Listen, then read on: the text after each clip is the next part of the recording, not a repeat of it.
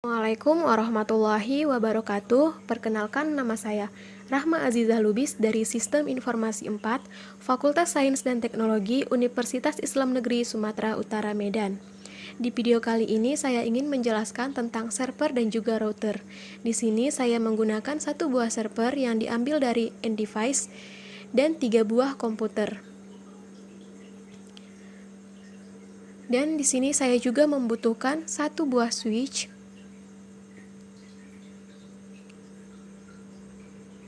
setelah itu kita melakukan pengkoneksian kabel, dan di sini saya menggunakan straight kabel karena mereka merupakan perangkat yang berbeda. Kita hubungkan komputer 1 ke switch.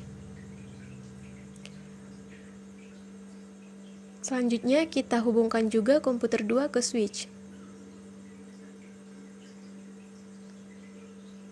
Dan terakhir kita hubungkan switch dengan server. Setelah itu kita memberikan IP address-nya. Di sini saya membuat 192.168.1.1. Nah, setelah itu double klik, masuk ke desktop IP configuration 192.168.1.1. Kita double klik desktop IP configuration 192.168.1.2. Kita masuk kepada komputer 1, desktop IP configuration 192.168.1.3. Close saja, dan kita masuk kepada komputer kedua 192.168.1.4. Close. Nah, setelah itu kita coba mengirim file dari server ke komputer. Nah, di sini sukses. Dan kita coba mengirim file dari komputer 1 ke komputer 2, sukses. Nah, kemudian kita lihat di service, di sini banyak macam-macamannya, ada HTTP, DHCP, TFTP, DNS, email, dan lain sebagainya. Dan di sini saya ingin menggunakan HTTP. Nah, ini ada banyak macamnya, seperti copyright, hello world, image, index, dan lainnya. Nah, di sini kita coba untuk melihat dari komputer melalui web browser. Kita klik di sini 192.168.1.1. Nah, inilah hasilnya. Dan kenapa itu bisa hasilnya seperti itu? Kita lihat di sini ada indeks. Dan di sini saya ingin mencoba mengedit indeksnya, dan saya buat di sini selamat datang.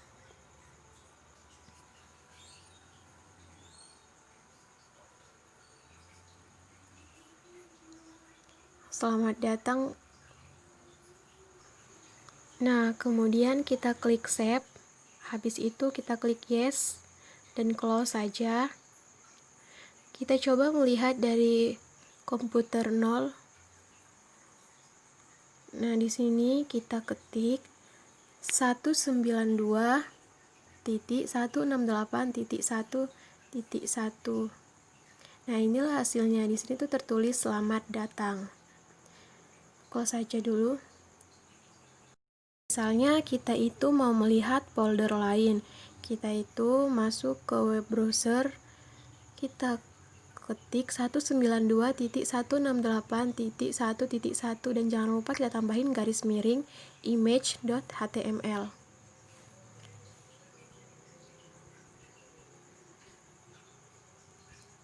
Kita tuh harus menambahkan garis miringnya, maaf di situ ada kesalahan 168. Nah, inilah hasilnya.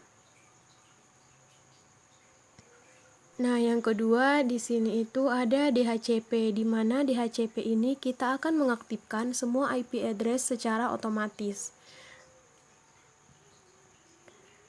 Pertama-tama kita boleh menambahkan satu buah komputer. Kemudian kita koneksikan menggunakan kabel strike ke switch. Nah, setelah terkoneksi, kita kembali kepada DHCP yang tadi. Kita on kan udah. Nah, di sini boleh kita tulis 20. Nanti dia itu akan dimulai dari 20, 21, 22, 23 karena 4 komputer. Kita double klik IP configuration. Nah, di sini kan belum ada. Kita klik DHCP. Nah, ini akan muncul otomatis.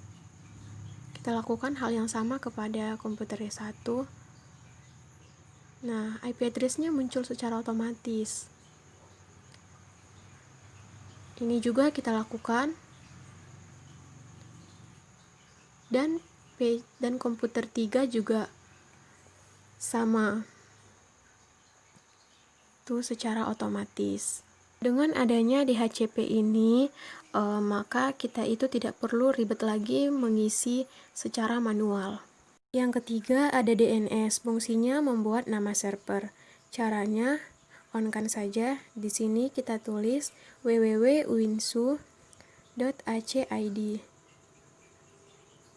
Nah, IP address-nya ditulis 192.168.1.1, tinggal add-kan aja. Karena di sini ini DNS-nya itu harus ada di komputer klien, maka kita masuk kepada DHCP. Dan di sini kita tulis di DNS servernya, kita tulis 192.168.1.1. Kita save. Kita close saja. Nah, kita coba masuk menggunakan PC0. Nah, ini kan belum ada, jadi kita setting ulang. Nah, di sini sudah ada DNS servernya. Dan di sini kita coba masuk melalui domain yang kita buat tadi. Di sini tadi kita buat www.uinsu.acid.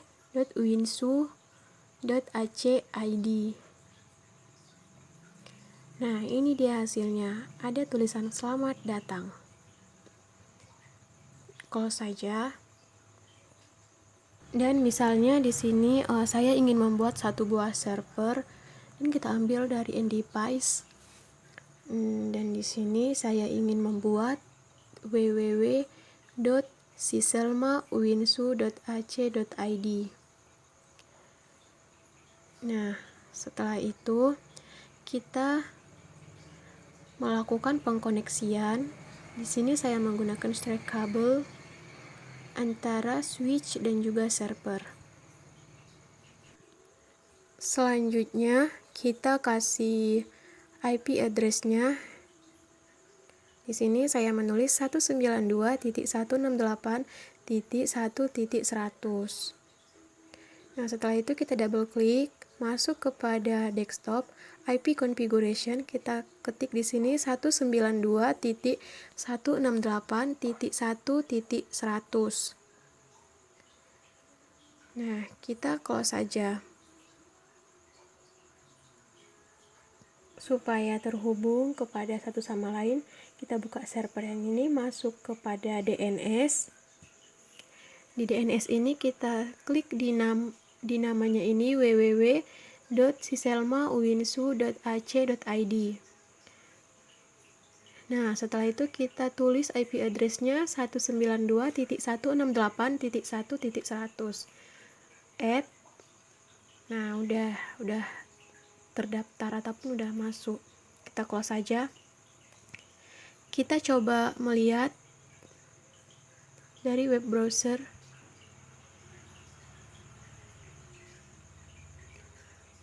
Maaf, saya lupa mengedit. Kita masuk ke server Siselma tadi.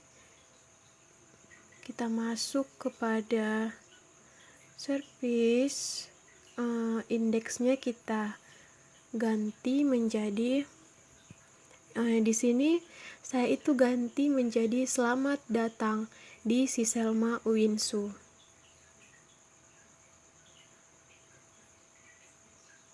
Kemudian kita save.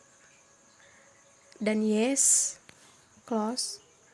Kita coba masuk. Nah, di sini saya tulis www.siselmawinsu.ac.id.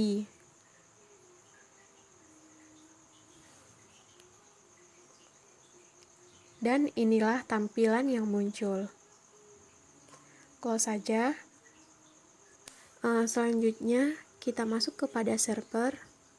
Di sini itu ada email dan kita buat domain name-nya itu winsu.ac.id.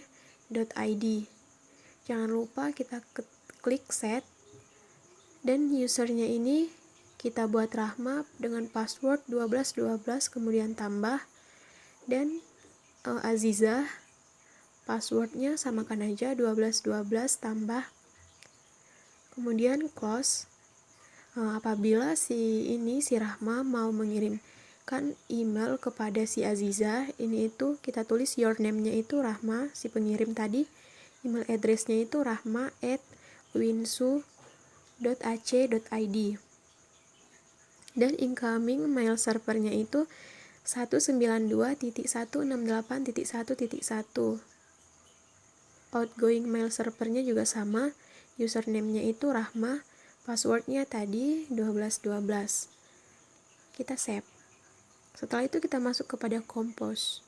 Nah, di sini kita masukkan alamat tujuan yaitu azizah@winsu.ac.id. Kita buat subjeknya itu di sini saya buat salam kenal. Dan saya buat isi suratnya ini, halo, saya Rahma, salam kenal. Kemudian send, close saja. Nah, apabila si Azizah ini ingin mengetahui isi surat ataupun isi email yang dikirim si Rahma, ini ditulis your name-nya itu Azizah, sama kayak Rahma yang tadi, azizah@winsu.ac.id. Incoming mail servernya ini 192.168.1.1 sama, dan username-nya ini Azizah, passwordnya juga 1212. Ibaratnya ini tuh mendaftar. Nah, untuk melihatnya kita klik receive. Nah, ini dia suratnya. Kalau mau membalas suratnya kita klik reply. Nah, di sini saya ingin membalas surat dari Rahma tadi. Di sini saya balas, hai, salam kenal kembali. Dan saya tambahi emoticon senyum. Saya send, close saja. Dan apabila si Rahma ini ingin melihat hasil balasan dari si Azizah, ini klik receive aja. Nah, ini dia hasil balasannya. Close saja. Nah, di sini saya ingin membahas router. Selama kita menggunakan network yang sama, kita tidak perlu menggunakan router. Akan tetapi, jika komputer yang banyak tidak mampu menampung, maka kita itu membutuhkan router. Nah, kita geser dulu. Yang kita butuhkan di sini adalah satu buah router dan juga satu buah PC. Setelah itu, kita lakukan pengkoneksian kabel. Jangan lupa kita koneksikan juga antara router dan juga switch. Oke, selanjutnya kita memberikan nama dari PC tadi 192.168.2.1. Kita double klik komputer yang tadi. Nah, di sini masuk ke desktop IP configuration yaitu 192.168.2.1. Karena ini menggunakan router, perlu default gateway. Di sini 192.168.2.254. Oke, close saja. Nah, untuk menghubungkannya, kita klik routernya. Di sini kita on-kan dulu, jangan lupa. Kita tulis di sini itu 192.168.2.254. Nah, di sini juga jangan lupa on-kan, masukkan IP configuration-nya 192.168.1.254. Close saja. Kemudian kita coba mengirim file dari komputer 4 ke router. Di sini sukses ya. Akan tetapi pas kita coba kirim dari komputer 4 ke komputer 3, hasilnya failed ataupun gagal. Kenapa? Kita lihat. Karena belum ada default gateway-nya. Gimana caranya? Kita masuk kepada DHCP. Nah, di sini kita tulis default gateway-nya, yaitu 192.168.1.254. Kemudian save, close. Nah, ini kita buka kembali, kita setting ulang. Kita klik DHCP dan ini itu akan terisi secara otomatis. Nah, default gateway-nya terisi secara otomatis. Close saja. Kita akan mencoba mengirim kembali dari komputer 4 ke komputer 3. Nah, ini hasilnya sukses. Bisa kita lihat di sini. Mungkin cukup sekian yang dapat saya sampaikan. Jika ada kesalahan dalam pengucapan kata maupun kekurangan dalam video, saya mohon maaf. Wassalamualaikum warahmatullahi wabarakatuh.